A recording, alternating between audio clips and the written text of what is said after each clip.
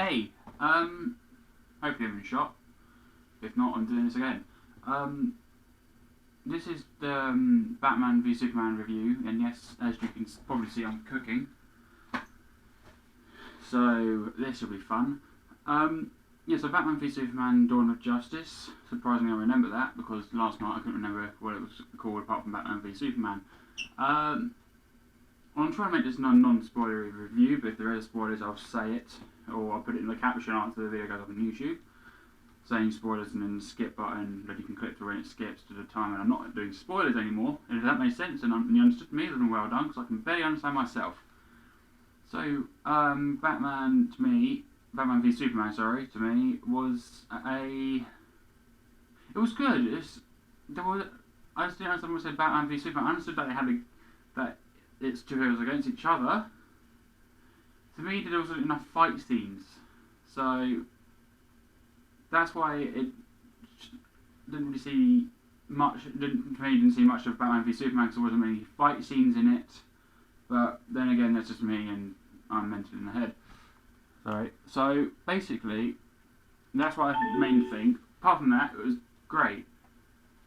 This is just a slight spoiler, but I think this has already gone around for now, so I'm going to say spoiler alert because it partially is. But somewhere in the film, it shows these four other heroes that have already been scouted by this character. And if you've already seen the film, you understand who it is. Or if you read the comics, I'm pretty sure I'll give you a big hint to who it is. Even I didn't know who the character was, and when I heard it was that character, I was pretty shocked because it didn't look like the character I thought it was at all. But there's four heroes that he's been monitoring. One you do see in the movie, and the other three you don't. I'm trying to remember what the second one is, but the third one in the screen that comes up is a lightning symbol. As you already know, that's the Flash. Because, as people already know, as DC's already confirmed, there's going to be a Flash movie in 2018, but CW actor Stephen Amell, who plays the Green Arrow, does not like that idea because he thinks that Gustin Grant, who plays the Flash in the TV series, should play the Flash Barry Allen in the movies. Because now you've got the TV series and the film coinciding at the same time, so it's going to confuse people, which I understand perfectly. And then on the fourth icon, no, remember the second one. On the fourth icon, you've got Aquaman. I'm not sure if Aquaman's had a movie yet or they're doing a reboot of a movie. I'm not sure about him. But they've also got, I think, the second one was Cyborg. But it may have been Cyborg. It had cybernetic qualities, but I don't know. But part for me, it was quite surprising. It says Star Labs. So I presume it's got some kind of tie-in with Flash. The person who's playing the Flash is Ezra Miller. The little snippet they showed, I wasn't 100% happy. Not by a short snippet, it's the character, the actor they've chosen. Then again, I'm probably going to have to watch the film and see what else he does to provide for it. But yeah, Batman v Superman. Not enough fights for me. Still a great movie. Good plot.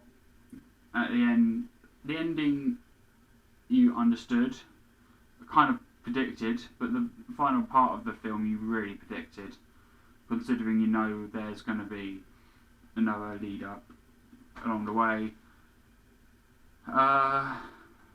This is the first time I've seen Ben Affleck, I think it's Ben Affleck, God no, Ben Affleck, as Batman. I'm not sure if there's any movies prior, but I knew there's a reboot after, I don't know who the previous Batman actor was, but there's a reboot, I know that.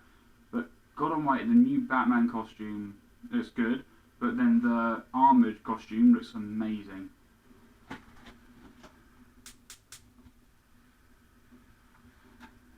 As you can see, I'm cooking and already ballsed up because that's now overheating. But apart from that, and I'm not editing this, so that's going to look fun. So yeah, that's the first time I've seen Ben Affleck play Batman. But this version of Batman, the suit, like I said, looks amazing. The visual effects were amazing. The villains were good. Quite amazing.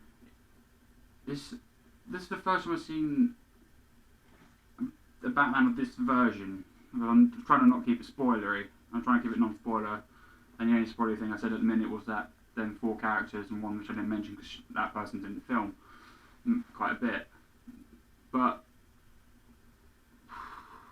yeah,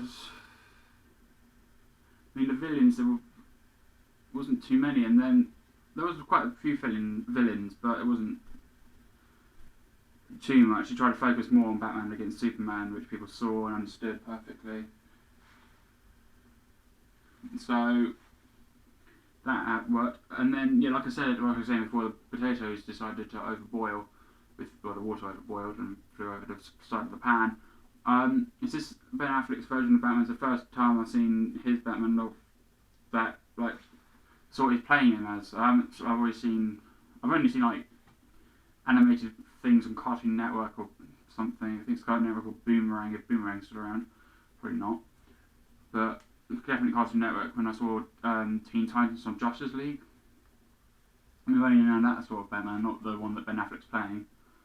Which is it changed, so it's quite a shock to the system. But I'm not sure where in the timeline it's starting because it didn't really explain it in the film.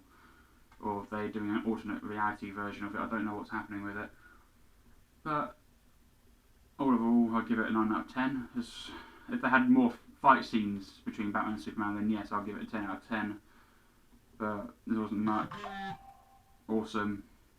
I expected a text. If you heard that as a text. I know. I knew the guy who played Superman, now I don't. But the actor has already done a previous Superman film, Man of Steel, a few years back, and he got called back to play it again. That's mainly it, really, for the Batman v Superman. Like I said many times, and I'm repeating myself quite a lot, and if you're watching this far along, I congratulate you because I'm bored of myself, is that it needed more fight scenes, but the fight scenes that were in it were very good. But as you know, I'm not really a review person because I have no idea what I'm talking about. But if you haven't seen it, then go and see it. If you want to watch it in the cinemas, then go, but you're going to get a numb bum like I did because it's a 2.5 hour film. If you want to watch it on DVD, then do it that way. If you want to watch it the other way, then watch it the other way. See you later.